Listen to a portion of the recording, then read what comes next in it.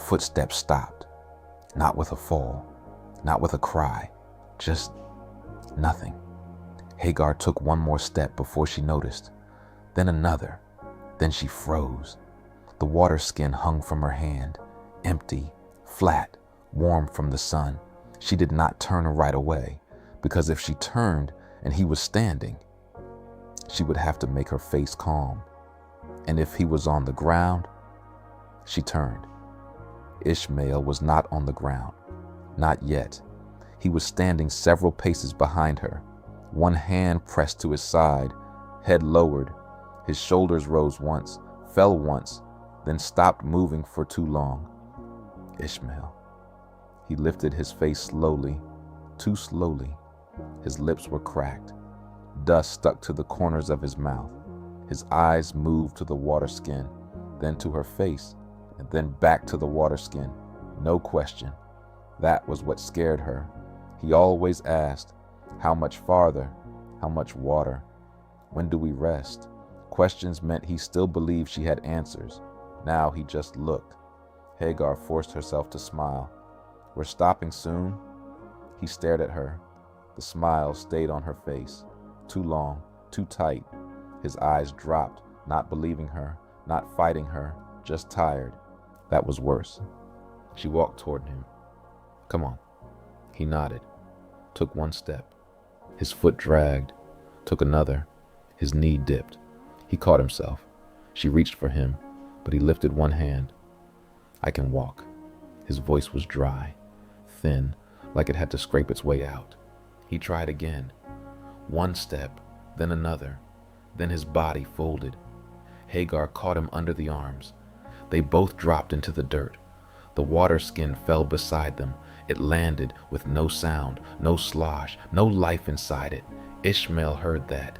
His eyes moved toward it. She grabbed the skin too quickly. Like hiding it now could undo what he'd already heard. He watched her hand, then looked at her. Hagar. Not mother, not mama. Hagar. He had started saying her name like that after they left the camp. His voice had changed with it. Not the voice of a child waiting for her to fix something, something else. What? He swallowed. Did he know? The question stood there before she could pretend not to understand. Abraham, not God, not Sarah. Abraham, the man who placed bread in her hand that morning, who gave her the water, who looked at his son once, only once, then looked away. Hagar reached for Ishmael's face. A line of dust crossed his cheek. She wiped it with her thumb. It left a darker smear. Rest first. He did not blink. Did he know? She saw Abraham that morning. Cold light, his fingers around the water skin too long. Ishmael standing beside her, waiting, looking toward the servants. None moved. Looking toward the donkeys. None were being saddled. Then Abraham let go of the skin. That was all. Just bread, just water, just the order hidden inside the silence. Leave. He knew we were leaving. Ishmael stared. That's not what I asked. Hagar looked down. His hand was in the dirt, fingers half curled, sand under his nails. She remembered those fingers small enough to wrap around one of hers. She looked back at him. I don't know what he thought would happen. Ishmael's face changed. Not much. Enough. Like a door closing quietly. He turned away. No tears. No anger. Just away. She felt it move through her chest. At Abraham. At Sarah. At herself. At the water skin. At the fact that Ishmael was asking that question while his mouth cracked open from thirst. Get up. It came out too sharp. He flinched. She hated herself immediately. Please, she said, softer. We have to find shade. He pressed his palm into the dirt. His arm shook. His body lifted halfway, then dropped. She looked around. No tree, no rock, no tent cloth, no anything. Then she saw the bushes. Not bushes, scrub, dry branches, thin leaves, a little shadow beneath. Too far, Still something. She got behind him. I'm going to move you. He nodded. She pulled. His body slid. He gasped. She stopped. Keep going, he said. She pulled again. His heels dragged 2 lines through the dust. The sound was small, steady, terrible. She pulled until her back burned, until his head rolled against her wrist. Ishmael. No answer. She dropped beside him, shook his shoulders. Ishmael. His eyes opened, confused, hurt. Hagar. The sound that came out of her was almost a laugh, almost a cry. Neither. She pulled him the last few feet, lowered him beneath the bush. The shade covered part of his face, only part. She moved a branch. It snapped in her hand, dry, dead. She threw it aside. She took off her outer covering and spread it over the branches. A little more shade, not much. She looked at it, looked at him, pretended it was enough, then reached for the water skin she already knew. Still, she opened it, turned it, waited. Nothing. She pushed the mouth of the skin against Ishmael's lips anyway. He turned his face away. Don't. Drink. There's nothing. Open your mouth. Hagar. He looked at her, not defiant, not angry, gentle. Don't make it harder. She pulled the skin back, stared at him. He looked at the ground. She understood anyway. Don't make it harder. Not for him. For her. He was trying to make dying easier for his mother. A fly landed near his mouth. She brushed it away. It circled back. She swatted harder. He flinched. I'm sorry. He didn't answer. The fly came back. She cupped her hand over his cheek. His breathing changed. A hitch, then a long pause, then breath. Hagar leaned closer. Again, he breathed. Again. She nodded like he had obeyed. He was not looking at her now, eyes open but looking past her, over her shoulder, somewhere far. Ishmael. He blinked. Do you see something? He swallowed hard. Water. Hagar turned so fast her neck hurt. Nothing. Only heat. Only distance. She looked back. What did you see? He stared past her. Then his face changed. Not fear. Embarrassment. He knew. He had seen something that wasn't there. She stood. I'll find it. His hand moved, barely, caught the edge of her robe. Don't go. She looked down. His fingers, weak, but holding. I'll be close. He shook his head. Hagar, I'll be close. She loosened his fingers one by one. He tried to hold on, could not. She stood, immediately looked back down at him. From above, he looked smaller, a child under a dead bush. She took one step. He watched. Another. His face blurred through heat. She climbed the low rise nearby, turned slowly, north, south, east, west. Nothing. No travelers, no smoke. No low green patch where water might be hiding.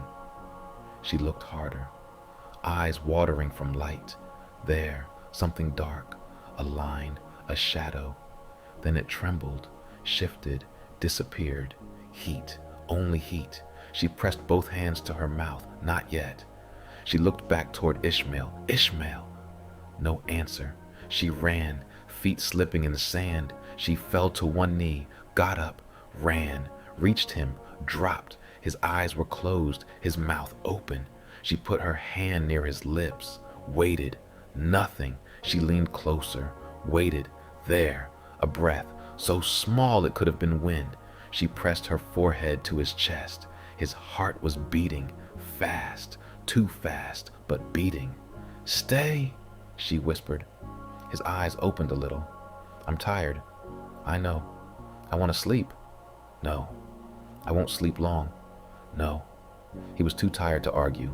That frightened her more than argument ever had. His eyes closed again. She shook him. No. Hagar. No, please. Not please for water, not please for help. Please let me stop trying. She stood before she could answer, because there was no answer she could survive giving. She walked away from him, far enough, not too far. She stood. Her hands would not stay still. She pressed them into the dirt. The dirt was hot. She pulled them back, looked at him. Every time she looked, she expected him to have stopped. Every time she looked away, she was certain of it. There was no safe direction. Then she heard him cry, small, thin, not a child screaming, not a man calling out, a boy who didn't want to scare his mother but couldn't hold it anymore. Hagar covered her ears. He cried again. She pressed harder, still heard it. The sound moved through her hands, through her bones. I cannot watch. The words came out before she decided to say them. I cannot watch him die. Then she broke. Her body folded forward. Her hands clawed the dirt. She wept into the ground, not quietly, not with control, for the empty water skin, for Abraham's face when he looked away, for every year of being useful until she became a problem, for every time she had swallowed pain because there was no other choice. And still Ishmael cried, then stopped. The stopping was worse, much worse. She stood, took one step toward him, then froze. If he was gone, walking closer would make it true. Her feet stayed fixed in the dirt. Then a voice said her name, Hagar. Every part of her stopped. She looked left, nothing. Right, nothing. Behind her, nothing. Hagar, not servant, not Egyptian, not woman. Her name, spoken clearly, known. What troubles you, Hagar? She looked toward the bush, at the shape of her son beneath it, at the empty skin in the dirt, at the road Abraham was not on. Her mouth opened. No sound came. The voice said, do not be afraid. Then, God has heard the voice of the boy where he is.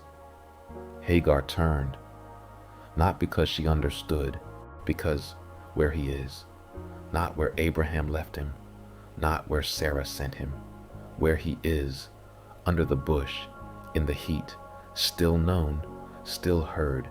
Get up, lift up the boy, hold him with your hand. That was when it hit her.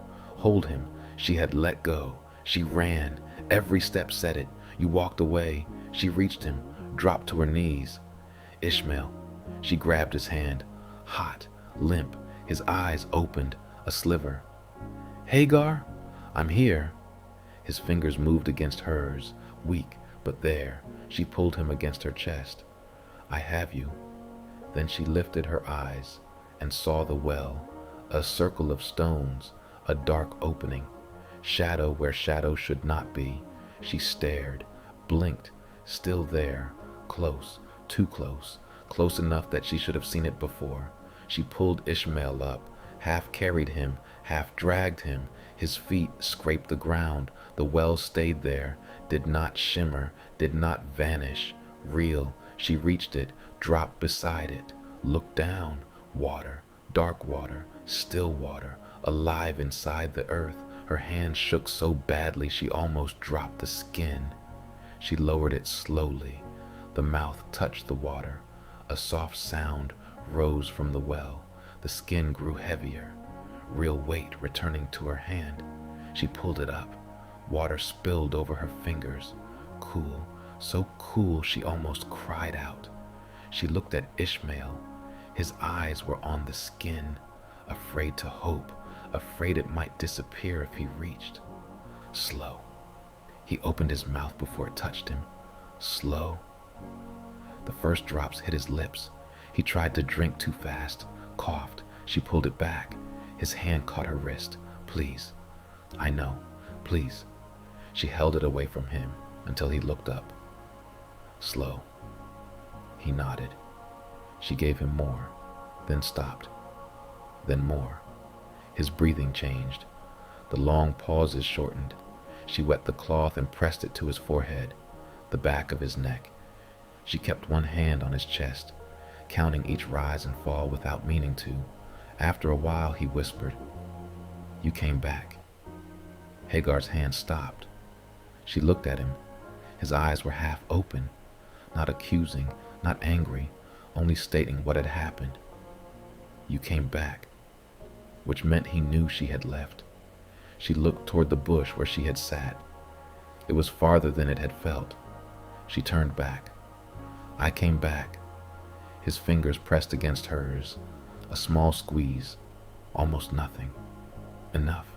She lifted the skin again. Drink. He drank. Slow. This time he listened. The sun began to lower. The heat loosened its grip. She helped him sit with his back against the stones. He leaned into her side, still hot, still weak, but alive. There was still no Abraham, no voice from the road saying this had been a mistake, nothing from the people who sent them out, only the well, only the boy, only his breathing against her arm. Ishmael's hand found hers again. She held it before he could ask. The water skin rested between them, full now, but Hagar kept her hand on it anyway. The sky darkened. The first night sound came from somewhere in the distance, small, living. Hagar turned her head, listened, then looked back at her son, still awake, barely. "Stay with me," she said. He nodded. She lifted the water skin, held it steady while he drank. His throat moved. She watched every swallow, like she still didn't trust it, like the water might decide to stop.